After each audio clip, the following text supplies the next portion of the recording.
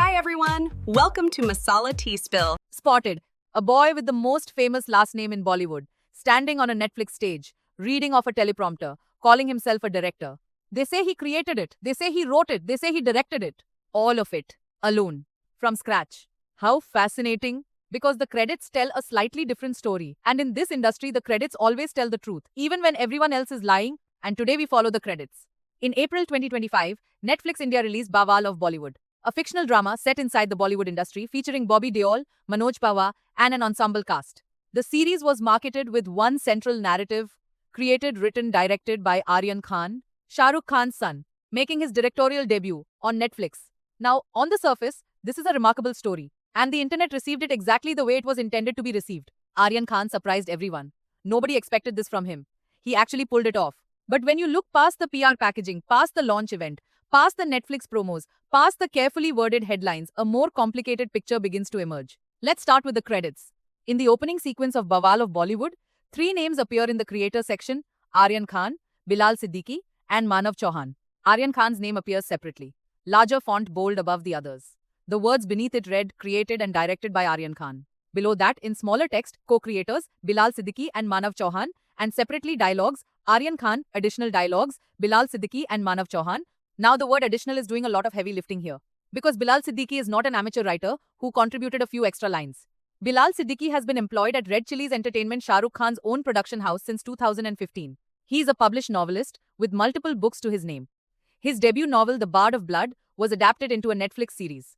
He wrote The Stardust Affair, a novel explicitly about Bollywood, its politics, its power structures, its secrets. He wrote a book documenting Imran Hashmi's son's battle with cancer. This is a man with deep industry knowledge, established writing credentials, and a decade of experience inside Shah Rukh Khan's own company. Manav Chauhan, meanwhile, has almost no public profile. There is very little information available about him online, but he is credited as a co-creator on a major Netflix series, which means his contribution was significant enough to earn that title. And then there is a third name, Dev Singh, credited as associate writer. Three writers alongside Aryan Khan on Aryan Khan's solo creative vision. In Bollywood, when multiple people contribute to a story, industry standard is to credit them proportionally. Stree had 4 credited writers. Tambad credited its original Marathi source alongside its screenplay writers. The credits reflected the reality of the collaboration. Here the credits technically do the same, they just bury it. Now let's talk about directorial experience. In the Hindi film industry, it is standard practice even for film school graduates to begin as an assistant director before helming their own project. Varun Dhawan, Arjun Kapoor, Ranbir Kapoor. All of them, despite being from film families, began their careers as assistant directors. Not because they had to, but because it's how you learn the craft. Karan Johar assisted Aditya Chopra on Dilwale Dulhania Le Jayenge in 1995 before directing Kuch Kuch Hota Hai. 3 years later, Aditya Chopra himself assisted his father Yash Chopra for years before directing DDLJ. Aryan Khan's only prior directing credit was a commercial for his own clothing brand, Diablo, in which his father was the talent. From that to a multi-episode Netflix series. With no assistantship on record, no prior short film, no documented creative development period. Interestingly, Rajat Bedi, who appears as an actor in Bawal of Bollywood, has a son named Vivan Bedi, who is preparing for his own acting debut. Vivan Bedi worked on this series as an assistant director under Aryan Khan, so a newcomer preparing for an acting career understood the value of assisting a director first. The director himself apparently did not need to. But here is where the story gets genuinely interesting. Because Bawal of Bollywood is not just a Netflix series, it is, whether intentionally or not, one of the most strategically constructed image rehabilitation exercises in recent Bollywood history. In October 2021, Aryan Khan was arrested in connection with a drug case following a raid on a cruise ship. He spent 26 days in custody. He was eventually granted bail and later cleared of all charges. But the damage to his public image was significant. 4 years later, this series drops. And what does it choose to be about? Nepotism, industry protection, outsider versus insider. The very topics that Bollywood audiences have been loudest about in the years since Sushant Singh Rajput's death. The series takes the audience's existing anger at the film mafia, at star kids, at industry gatekeeping, and redirects it. It positions Aryan Khan not as a beneficiary of the system, but as a commentator on it. In communication strategy, this is called a spin technique, specifically a preemptive self-disclosure approach. You surface the criticism before your audience can weaponize it. You control the framing, you appear self-aware, and in doing so, you neutralize the attack before it lands. The series even opens with a dig at its own title, Bawal. Chaos, mess, trouble is essentially Bollywood calling itself out. Except the person doing the calling out is the son of the biggest star in the industry.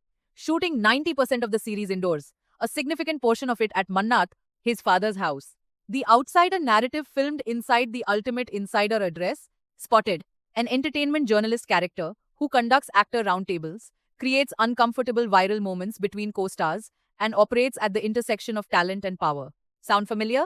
Spotted, a producer character, charming, powerful, untouchable, whose storyline maps precisely onto a certain three-film deal that ended very badly for a very talented outsider who is no longer with us. Spotted, a lead character, an outsider who falls for a star kid whose arc mirrors, with suspicious precision, the story of a middle-class actor whose relationship was reportedly rejected by a very powerful family because he wasn't from the right world. He was also dropped from a Dharma production. Just like the character in the show, it's fiction, of course, purely fictional, completely coincidental. Sure. Okay, Cute Roses, real talk now. Because I've laid out the evidence, I've shown you the credits, I've walked you through the strategy, and here's my actual take. Did Aryan Khan make this show? Probably yes, in some capacity. The behind-the-scenes footage is real. The cast vouched for him. He was present. But did he make it alone? Absolutely not. And nobody in that building believes he did. The more honest version of this story would have been Aryan Khan and a team of experienced writers and collaborators made this show. That would have been fine. That would have been normal. That is literally how every show gets made. But that's not what was sold to us. What was sold was a solo genius narrative, a redemption arc, a one-man comeback story. And that is where I have a problem. Not because Aryan Khan used resources. Every director uses resources. Not because he had help. Every creator has help. But because the story being told erases the people who actually did significant work, Bilal Siddiqui, Manav Chauhan, Dev Singh, by burying their names in smaller font while their boss's son gets the marquee credit. And listen, the series itself, watchable genuinely, some moments actually land, but Cute Roses when you have Shah Rukh Khan's money, Red Chilli's talent pipeline, Netflix's infrastructure, and a writing team with a decade of industry experience, making a decent show is the minimum. It's not a debut, it's a supported launch with a very expensive safety net. The real debut is when you make something with nothing, when there's no safety net, when the next project isn't already funded by your family. That story is genuinely impressive.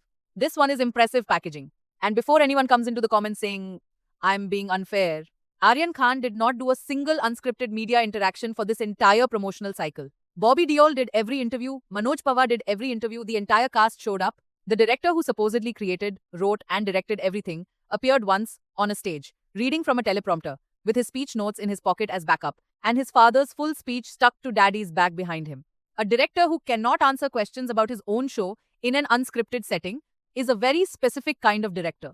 Just saying. In the end, the show got made, the audiences watched, the narrative shifted. Aryan Khan is no longer the boy from the cruise ship. He's the boy who directed a Netflix series.